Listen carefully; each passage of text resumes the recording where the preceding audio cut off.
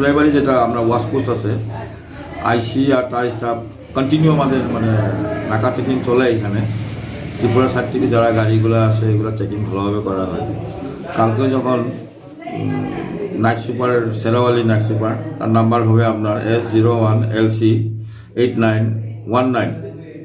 এই নাইট সুপারকে যখন নাকা চেকিংয়ের সময় চেক করা হয় তখন 4 জন বাংলাদেশি নাগরিক অবৈধভাবে ভারতে প্রবেশ করছে।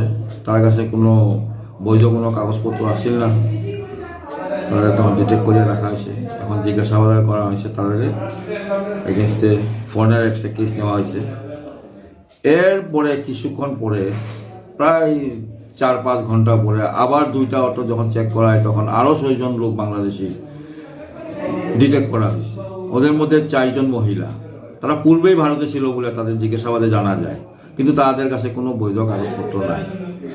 এই 6 জনকে আবার ভারতে প্রবেশ করার, ভারতে নেওয়ার জন্য আমাদের এক ভারতীয় এক নাগরিক ওদেরকে সাহায্য করতেছে।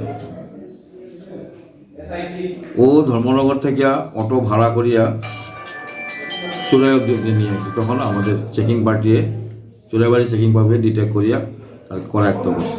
এখন তাদের উপর আমরা ফরেনার অ্যাক্টে আমরা কেস রেজিস্টার করছি।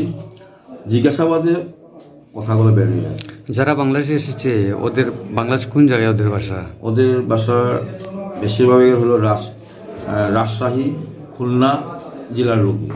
আচ্ছা, যে অটোগুলা আপনার অ্যারেস্ট করেছেন কি?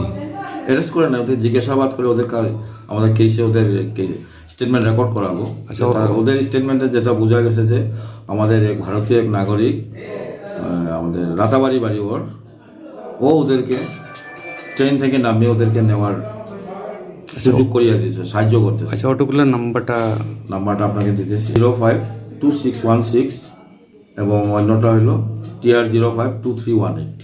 আমাদের অন্যান্য এজেন্সিরও আছে। আমরা এখন তো জাস্ট শুরুয়াত হচ্ছে, প্রাথমিক তদন্ত শুরু হচ্ছে।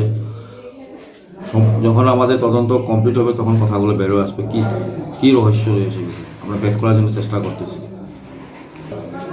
বিধান দাস। ওর বাসা কোথায়? ওর বাসা আপনার রাতাবাড়ি।